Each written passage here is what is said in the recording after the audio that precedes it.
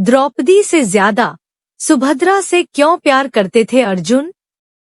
महाभारत में अर्जुन की 4 पत्नियों का जिक्र मिलता है, द्रौपदी, उलूपी, चित्रागंदा और सुभद्रा। चारों पत्नियों में से अर्जुन अपनी 2 पत्नियों द्रौपदी और सुभद्रा के साथ रहे। सुभद्रा कृष्णा की बहन थी। भगवान श्री कृष्ण ने अर्जुन के सारथी की भूमिका निभाई थी। जब अर्जुन द्रोणाचार्य से शिक्षा ले रहे थे, उसी दौरान अर्जुन की मुलाकात गदा से हुई।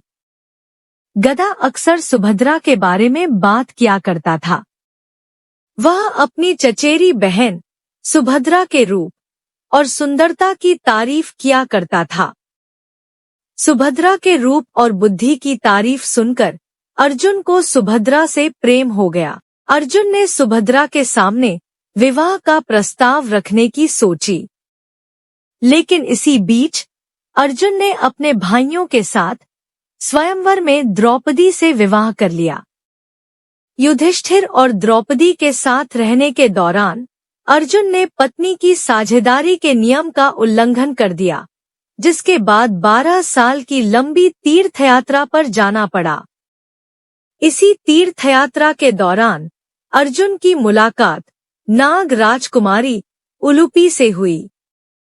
नाग राजकुमारी ने अर्जुन को धमकी दी कि अगर वह उससे विवाह नहीं करते हैं तो वह कभी उसे अपने पास से जाने नहीं देगी। अर्जुन ने अपनी सहमति दे दी और उससे इरविन नाम की संतान हुई। इसके बाद अर्जुन मणिपुर की राजकुमारी चित्रांगदा के संपर्क में आए।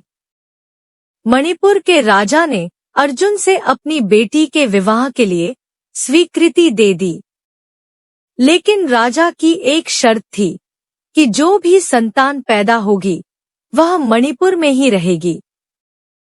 अर्जुन की पत्नी और पुत्र बाब्रुवाहना दोनों मणिपुर में ही रहे, जबकि अर्जुन ने अपनी यात्रा जारी रखी। अर्जुन द्वारका पहुंचे, जहां श्री कृष्ण से मुलाकात होनी थी। अर्जुन को अपने वर्षों पुराने प्रेम सुभद्रा को भी ढूंढने की इच्छा थी। अर्जुन ने यति का रूप धारण किया और द्वारका पहुंच गए।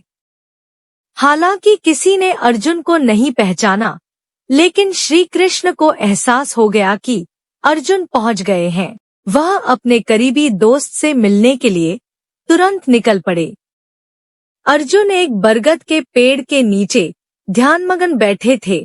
तभी अर्जुन ने अपने दोस्त और गुरु श्री कृष्ण को अपनी तरफ आते देखा।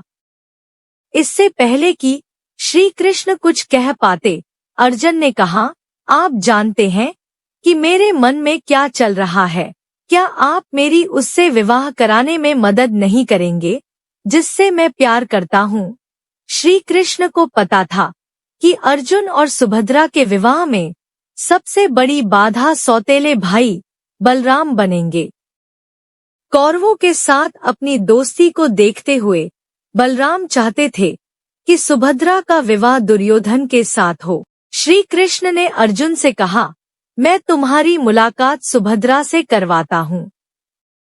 अगर सुभद्रा भी तुमसे प्यार करती होगी तो मैं तुम दोनों के भागकर विवाह करने में मदद करवाऊंगा। अर्जुन ने कहा कि क्या यह नीच कृत्य नहीं होगा? तो कृष्ण ने जवाब दिया कि अगर सुभद्रा अपनी रजामंदी देती है तो क्षत्रियों में अपनी दुल्हन का अपहरण करना स्वीकार्य है। योजना बनाई गई कि अर्जुन यति के रूप में ही रहेंगे और कृष्ण बलराम को उनसे मिलाने लाएंगे। बलराम ने अर्जुन को नहीं पहचाना और उसे एक सन्यासी समझकर तारीफ करने लगा। बलराम ने उसे अपने घर चलने का भी प्रस्ताव दिया।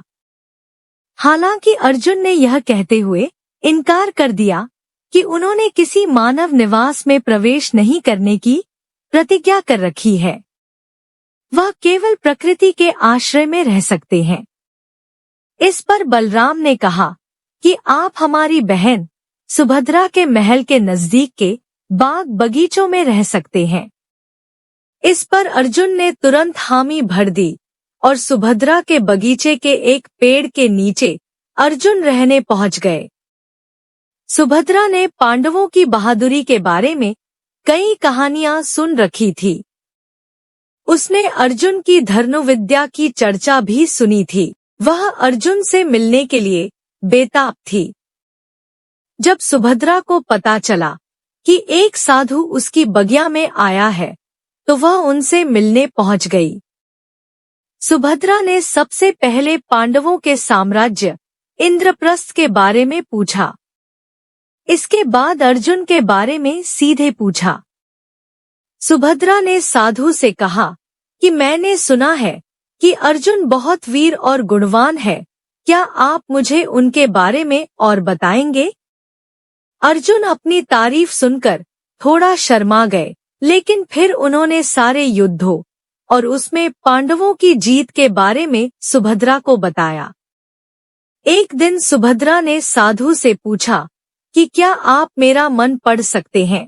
क्या आप बता सकते हैं कि मुझे अर्जुन से प्यार हो गया है? क्या मुझे उनका प्यार मिल पाएगा?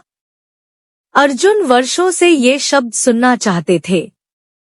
अर्जुन ने तुरंत अपनी पहचान सुभद्रा को बता दी। इसी बीच श्री कृष्ण पहुंच गए। वह यह देखकर खुश तो हो गए, लेकिन उन्होंने फिर से याद दिलाया कि वे दोनों केवल भागकर ही शादी कर सकते हैं। कृष्ण ने कहा, मैं तुम्हें अपना रथ दे दूंगा। सुभद्रा रोज रुद्र मंदिर में दर्शन करने जाती है, वहीं से तुम उसे अपने साथ इंद्रप्रस्थ लेते जाना। सब कुछ योजना के मुताबिक हो रहा था, लेकिन सुभद्रा के साथ कुछ अंगरक्षकों ने अर्जुन को पहचान लिया और सबको आगाह कर दिया। बलराम ने जब सुना कि उसकी बहन का अपहरण करने की कोशिश की गई है, तो वह पूरे इंद्रप्रस्थ और पांडव साम्राज्य को तबाह कर देना चाहता था। तब श्री कृष्ण ने बलराम को बताया कि इसमें कुछ भी क्षत्रिय धर्म के खिलाफ नहीं है। आखिरकार बलराम ने इस विवाह को अपनी स्वीकृति दे दी। इंद्रप्रस्थ पहुंचते ही अर्जुन सुभद्रा की तरफ मुड़े और कहने लगे, तुम द्रौपदी के बारे में जानती होगी और तुम्हें यह भी पता होगा कि उसने कहा है कि जब तक वह जीवित रहेगी तब तक कोई और पांडव पत्नी इंद्रप्रस्थ में नहीं रह सकती है। हम दोनों तभी साथ रह सकते हैं जब द्रौपदी इसकी स्वीकृति दे। सुभद्रा ने द्रौपदी से मुलाकात की। वह साधारण वस्त्रों में पहुंची और कहा, मैं सुभद्रा हूँ। मैं एक ग्वालन और कृष्ण की सौतेली बहन हूँ। द्रौपदी के मन में श्री कृष्ण के लिए बहुत श्रद्धा थी। द्रौपदी ने सुभद्रा को तुरंत गले लगा लिया। कुछ दिनों बाद जब दोनों के बीच अच्छी दोस्ती हो गई, तो सुभद्रा ने अर्जुन के प्रति अपने प्रेम को जाहिर कर दिया। यह सुनकर द्रौपदी स्तब्ध रह गई, लेकिन द्रौपदी ने महसूस किया कि अर्जुन की खुशी सुभद्रा के साथ रहने में है। इसके बाद द्रौपदी ने अर्जुन और सुभद्रा को अपना आशीर्वाद दिया और दोनों साथ रहने लगे। वीडियो अच्छी लगी हो तो प्लीज लाइक एंड शेयर, और अगर आप चैनल पे नए हैं तो सब्सक्राइब जरूर कर लें। धन्यवाद।